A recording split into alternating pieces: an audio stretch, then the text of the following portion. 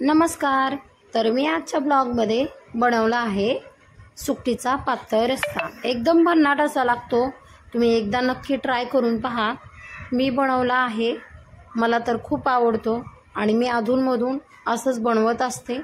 दर संडेला मी तर चिकन बनवते, पण म्हटलं चला या संडेला काहीतरी नवीन बनवून बघूयात. एकदम चटपटीत आणि चटकदार मसालेदार असा हा सुकटीचा पातळ रस्सा बनवलेला आहे. बाहेर पाऊस पण खूप चाललेला आहे, थंडी वाजून येते. म्हटलं चला काहीतरी चटपटीत बनवूया. म्हणून मी एक वाटी पिवळी सुकट घेतलेली आहे. येथे पिवळी सुकट घ्यायची आहे, पांढरी सुकट घ्यायची नाही आहे, कारण पांढऱ्या सुकटीला चव नसते, टेस्ट नसते. पिवळी सुकट खायला छान लागते. एक वाटी सुकट घेतले पिवळी, त्यातले खडे, वाळू, दगड वगैरे असतात, धूळ वगैरे, ते अशी निवडून घ्यायची आहे. एकदम बारीक त्याच्यामध्ये बुकटी असेल तर अशी पाकडून घ्यायची आहे. त्यानंतर मंद आचेवरती कढई गरम करून घ्यायची. त्यामध्ये 2 चमचे तेल घालायचे. तेल चांगलं कडकडीत तापून घ्यायचं. तेल तापल्यानंतर आपण त्यामध्ये एक 4 ते 5 लसणाच्या पाकळ्या घालणार आहोत. छान हे बघा, लसणाच्या पाकळ्या घालून फोडणी करायची. त्यानंतर एक मीडियम आकाराचा बारीक चिरलेला कांदा घालायचा आणि छान असा लाल होईपर्यंत परतवत राहायचं, सतत परतवत राहायचं आहे. त्यानंतर अर्धा टोमॅटो बारीक चिरून घालायचा आहे आणि सतत असं परतवत राहायचं आहे. कांदा आणि टोमॅटोची बारीक प्युरी होण्यासाठी त्यामध्ये आपण 1 चमचा मीठ घालणार आहोत. मीठ घातल्यानंतर एक 5 मिनिटाच्या आतच त्याची चांगली पातळ बारीक प्युरी तयार होते. म्हणजे आपल्याला वाटणाची गरज भासत नाही. आपल्याला कांदा टोमॅटोचंच वाटण पुरेसं आहे. छान असं मऊ होईपर्यंत परतवत राहायचं. छान एकदम खरपूस असं परतवायचं, म्हणजे छान लागतं. करपवायचं नाही आहे, करपल्यानंतर ते कडू लागतं.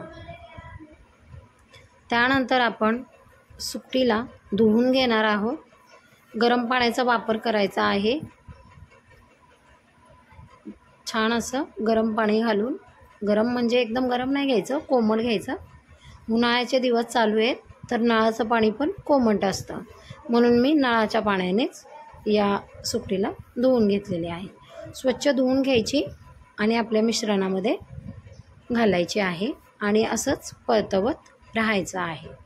करपू द्यायचं नाही आहे. छान असं परतवायचं आहे मंद आचेवरती.